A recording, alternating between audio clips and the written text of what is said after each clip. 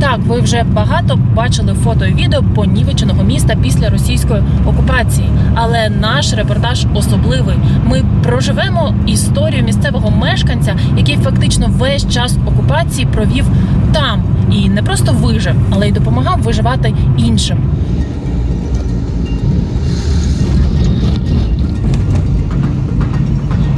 Ось що значить «ми вас спасаємо» по-російськи. Розбомблені будинки, зруйновані заправки. Зранку 24 лютого, після початку повномасштабного вторгнення Росії в Україну, стало зрозумілим. Одна з першочергових цілей окупантів – захопити Київ. Ракети, авіація, сухопутні війська пробували наступати на столицю з різних боків. Я багато разів була в Ірпені. Це прекрасне і комфортне місто поруч із Києвом. Тут красиві будинки, охайні вулиці і дуже хороші люди. Просто подивіться, що з ним сталося.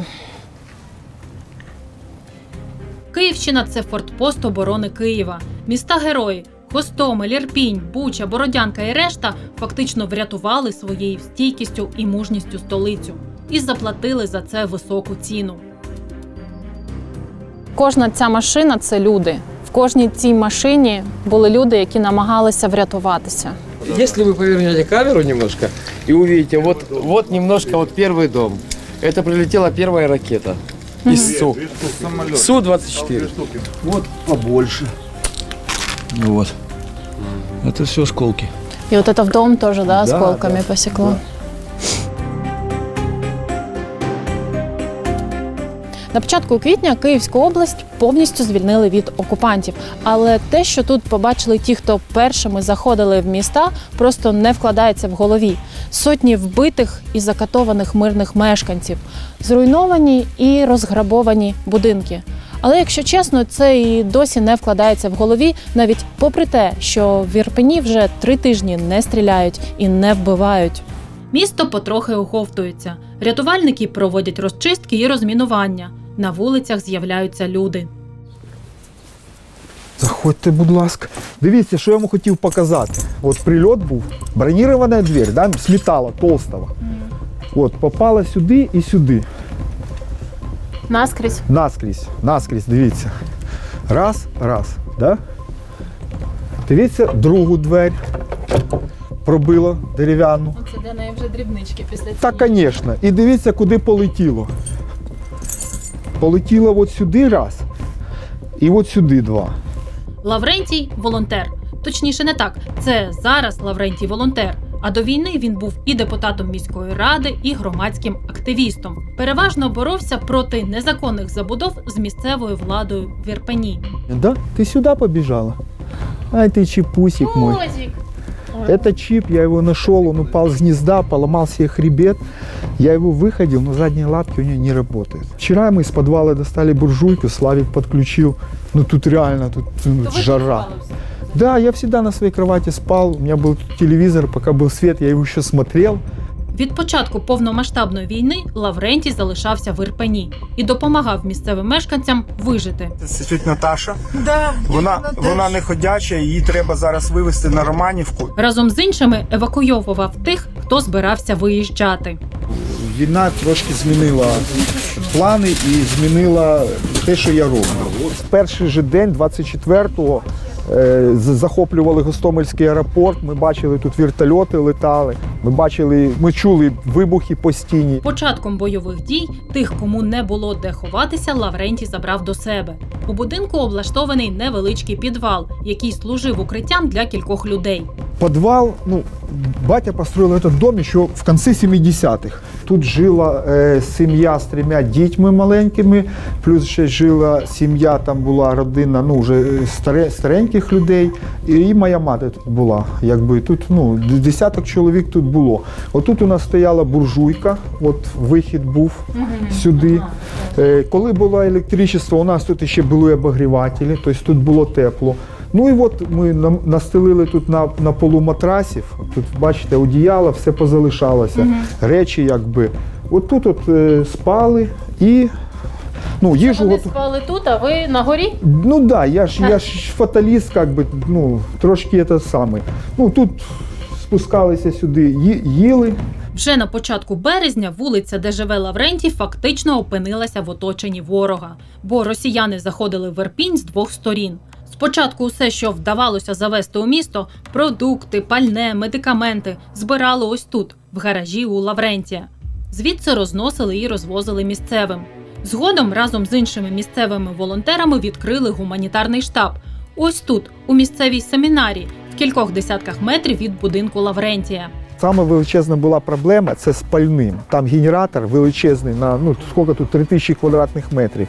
Десь більше 70 літрів він просто в день споживав. Це 5000 гривень треба було тільки на соляру. Добре, що люди, от мої знайомі, в Фейсбуці, друзі, вони нам фінансово допомагали. І ми під обстрілами їздили в Київ, привозили це пальне. Там по 400 літрів соляри чи по 400 літрів бензину. Уявіть собі, на хвилинку в машині стільки палива.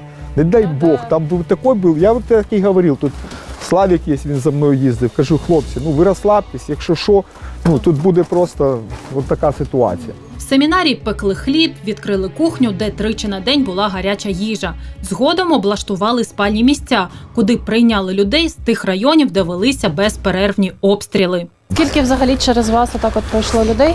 Я вам можу сказати, ми більше, майже 2000 вивезли, і кожен день там до 1000 до нас приходило за питанням, за необхідне. Десь отак от. Включаючи, я ж кажу, військових і тероборону. Цій вулиці, якщо, звісно, так можна сказати, пощастило. Російські військові так і не дісталися сюди. Натомість постійно обстрілювали з важкого озброєння. От подивіться просто поряд парк героїв, які були прильоти. Просто порвало, це прямі прильоти в дерево мінометом. Сюди прилетіло, бачите, навіть в кришу влетіло. Це Наташин дім, що нас зараз допомагає. Ми там хвостовик знайшли. Слава Богу, що не зажигательний, що не згоріло. А тут прильотів, отак от посчитати, тільки в дерева штук 5. От тут прилетіло 19-го, горів ліс. Тут тоді ще було. Жити і працювати доводилося під постійними мінометними обстрілами. Вони цілеспрямовано вбивали цивільних. Все, що я можу сказати, намагалися вбити. Зранку 20 березня снаряд прилетів і в семінарію, де на той момент перебувало до сотні людей. Після гучного вибуху почалася пожежа. Коли прилетів вже снаряд в семінарію, прямо в кришу, чітко, намагалися потушити, але не було ні тиску води, вона ж зі скважини для цього шлангу. І далі продовжувався мінометний обстріл. І тому ми просто прийняли рішення вивозити всіх, просто всіх. У нас навіть там дід лежачий був. Всіх вивезли, навіть попугаїв, що у нас там вже було живий уголок, кролики, дуже багато попугаїв, навіть ігуана у нас жила. Ви розумієте? Всіх вивезли повністю, собак, кошок, всіх, кого змогли. Всіх, хто на момент влучання був у семінарії, вдалося врятувати і вивезти із Ірпеня. Не було жодного 200-го, жодна людина у нас не загинула. І я думав, що навіть жодного 300-го не було. Але повернувся Славік і розказав, що йому прилетіло. Він під час евакуації пішов забирати речі туди на початку. І якраз прилетів снаряд, його там викинуло, і влучив осколок під ребро. Разом з іншими поїхав і Лаврентій. Снаряд від міномету розірвався у нього у дворі. І навіть не один. Але будинок витримав, на відміну від сусідського, що згорів вщент. Повернувся вже після остаточного звільнення Київщини нашими військовими. Далі допомагає місцевим. Допомогу сюди привозять інші волонтери. Тобто ви щоб розуміли, я ніде там не їжджу, не шукаю там якісь хаби гуманітарні. Мені люди пишуть, самі пишуть і кажуть, що вам треба. От хлопці позавчора приїхали зі Львова. Вони вже другий раз нам приїжджають. Вони там беруть в хабах, привозять сюди і тут розгружають. Зараз саме необхідне – одежа для побуту, там мило, зубні щотки, свічки, батарейки, фонарики, ліхтарики. От такого плану треба. Поки ми вкрали Лаврентія від роботи, в його гаражі встигли розфасувати їжу і речі, які потім поїдуть до тих, хто лишився усього. І приїхала наступна партія допомоги від абсолютно незнайомих людей. Добрий день. Лаврентій Віталій. мене зовут, Да. приємно. Приємно. Лаврентій, ось, ну, наше скромне, Я так понял. сказати, Хорошо. жилище. Оце центр був Дивіться, Лаврентій, наш. у нас там Ми ліків багато. ліків, Ліки, там так, їда о, є це, закрита, одіяла є. це зрозуміло, покривало, зараз вигрузимося. вигрузимося, Да, покривало нам треба, бо у нас вже є погорільці. Ага. Те, що пережив Ірпінь, як і решта окупованих російськими військовими міст і сел, важко усвідомити і уявити. Знадобиться багато часу і сил, щоб все відновити. Але звуки вибухів, які час від часу розносяться у місті від розмінувальних робіт, вже майже не лякають. На вулицях вже можна зустріти місцевих, які йдуть по своїх справах. Залатують розбиті російськими снарядами дахи домівок.